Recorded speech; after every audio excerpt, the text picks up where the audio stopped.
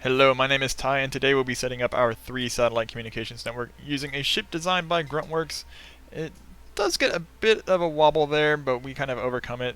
It is piloted by our trusty engineer Baha Mex, who is a viewer of my Twitch stream, and he is keen on getting these set up by hand. He does not want anyone else or some AI to set it up. Go to that 45 degree, set up a nice equatorial orbit for ourselves. Don't run into too many problems just yet. First stage goes, and he is confident. He is so happy down there. Our apoapsis, we're looking to get that up to about 70,000. My first concern is getting it into orbit. Then we can worry about how high, how far, and where we want to actually set up the probes. With this, I did notice a small issue with our staging. I did not need the probe engines to be going off prematurely. And we kind of set up now to where we can actually get through to a stable orbit. Baja's in there eating some snacks. He is ready to go. Our science always wants me to kill Kerbals. It's sitting there telling us all the time, go to EVA, get a EVA report in atmosphere while moving at higher speeds.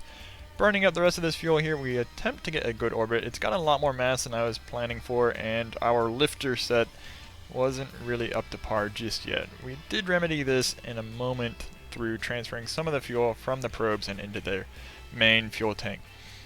It wasn't really that the probes needed that much fuel, I just prefer them for the satellite body than the empty fuselage. Might be a difference in mass, but I didn't really do that much math.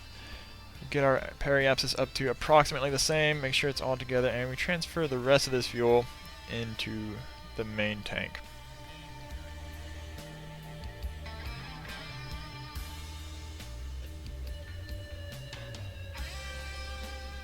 With that done, we are now able to focus on more of the orbit. I'm using the flight computer from Remote Tech to make sure that we get a nice, precise orbit. I'm a fan of round numbers, so we went for 1,000 kilometers.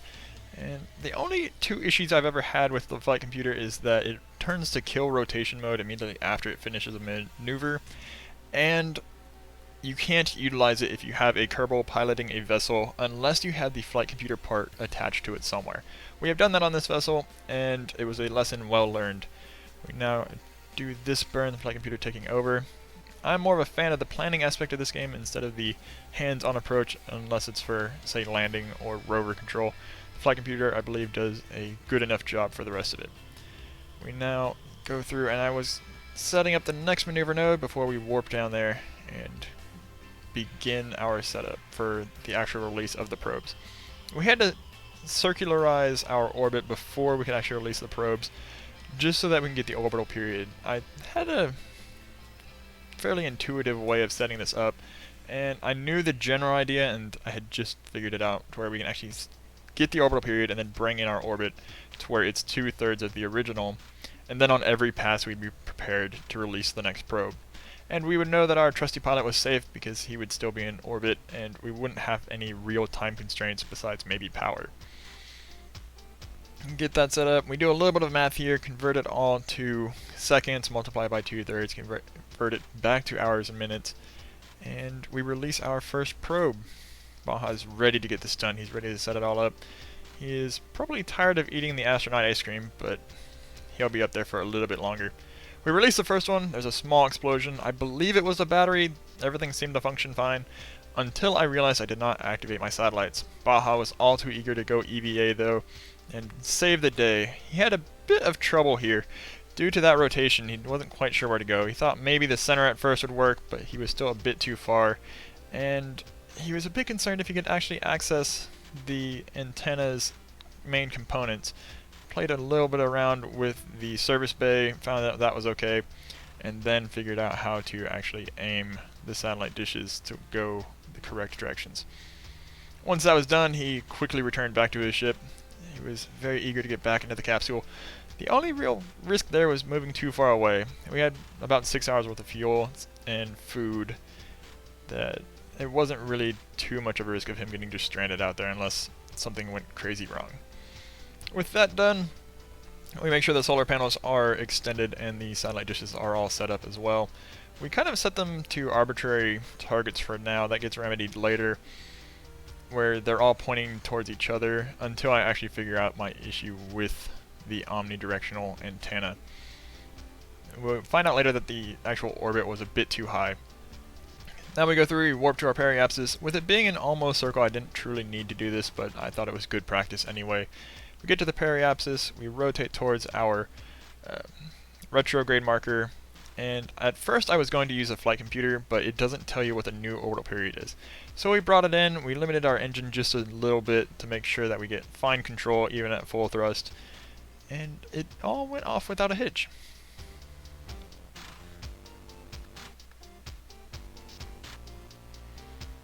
Prior to warping towards our next target, we make sure that all of them have a target there and some fuel and oxidizer still in their tanks.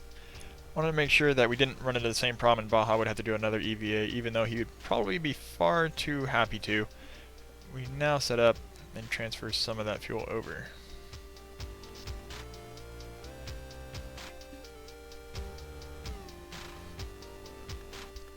So yes, that new orbit was the one that was 2/3 of the original.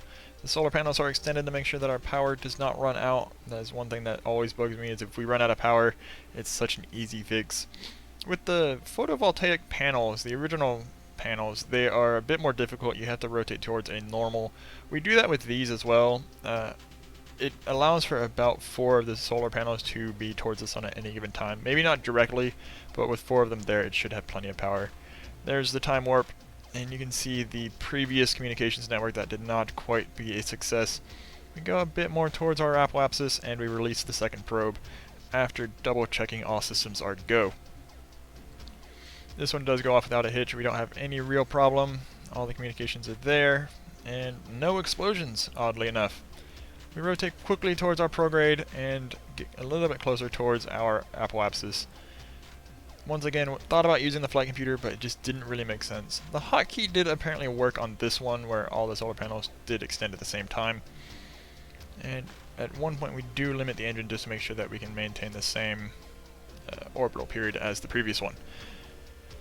With this setup, with the way that our transport ship is in orbit, it allows that every rotation we are in the prime position in relation to the other probes to release the next one. And there isn't really any rush to bring back the other one. We had about 1,000 days worth of resources to bring him back, and this mission wasn't going to take anywhere near that, but I'd prefer to be safe than sorry. We double checked the Omni. I was now realizing that there was a small problem that the Omni wasn't reaching between those 2 satellites, and I wasn't certain why. A little bit of preemptive research would have shown me what my problem was, and I had actually found out that the orbit was a bit too high for the Communitron 16.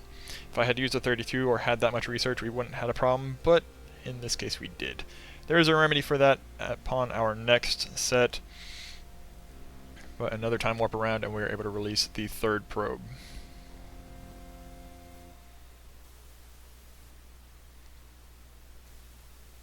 There you can see, just double checking the food, making sure we had plenty of time. And here we are back at the apoapsis, releasing the 3rd one, making sure that all the communications are still set. Once again, do not want to have the same problem. There's another explosion. I think it's once again a battery. They did not like being in that cramped service bay.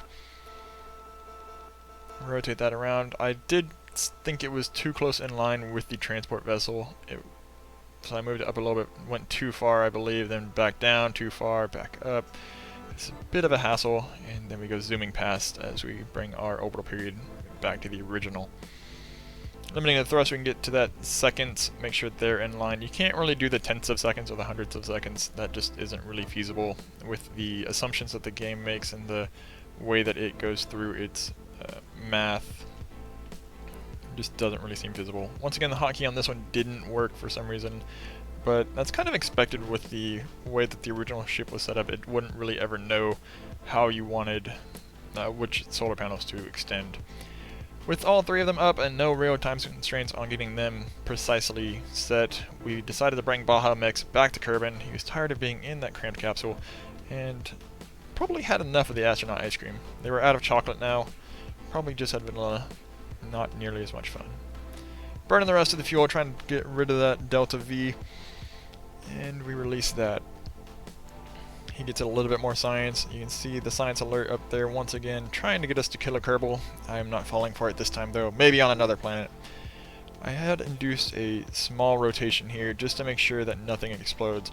I've had issues before with the mystery goo or thermometers exploding due to heat, but figured out with a rotation, you don't really run into the same problems.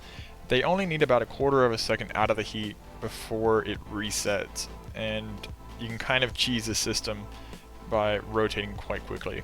There is a limitation that if you have too shallow of a return, they only rotate that quickly for so long, and then you're kind of rotating back and forth, hoping that all of the components find that sweet spot every now and again. Once that is done though, we return him back, get a little bit of science, and you can kind of see an overview of what we're achieving. I had gone through and made sure that each of the satellite's communitron dishes were pointed at the one before it, but quickly realized that we lost all real communication or all real use for them since they were all pointed at each other. Doing a little bit of research, we have now realized our problem that the orbit was just too far out. Having 1,000 kilometers was just out of range of what the Omni antenna can actually reach. So we bring each of them in to about 800,000. The maximum is actually about 863, but I figured 800 was a round number. It made me happier, and that's what we went with. The convenience with this, with them all being in position immediately, we could bring them all their periapses down to the 800,000 in sync, and then go to the next one and do the same thing. Then all we had to do was warp to their at the periapsis, then bring their apoapsis down, and they would still be in the correct orientation regarding each other. We make sure they're all normal to their orbit, so that their solar panels can actually reach the sun majority of the time, and it all went really, really well, I believe. No more problems were to be had. So this is kind of a way that if you set this up, if you have a problem, it's a way to fix it and a way to even get them up there in the first place. Otherwise, you'd have to send up a ship with each one individually, and you run into problems with that. You run into problems trying to get them equidistant from the last one, and this really solves a lot of those problems. Gruntworks had a great ship design. I'm probably going to use that for many, many more.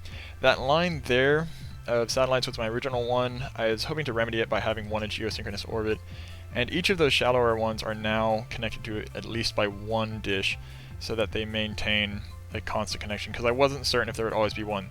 That orbit there, the one that's about 90 degrees to the triangle, was a relic of a surveyor of Kerbal. We're going to bring that one down. I will do my best not to use the abort button to kind of delete orbits. I want to bring them down as best I can with an actual vessel. Next we'll be sending a surveyor to the moon, and then our own Kerbal there for our first landing. Stay tuned to see who we send and how well that goes. Once again, we're going to try and do this without any reverts. I want to thank you guys for watching, and I hope you all have a great day, and will tune in to my stream.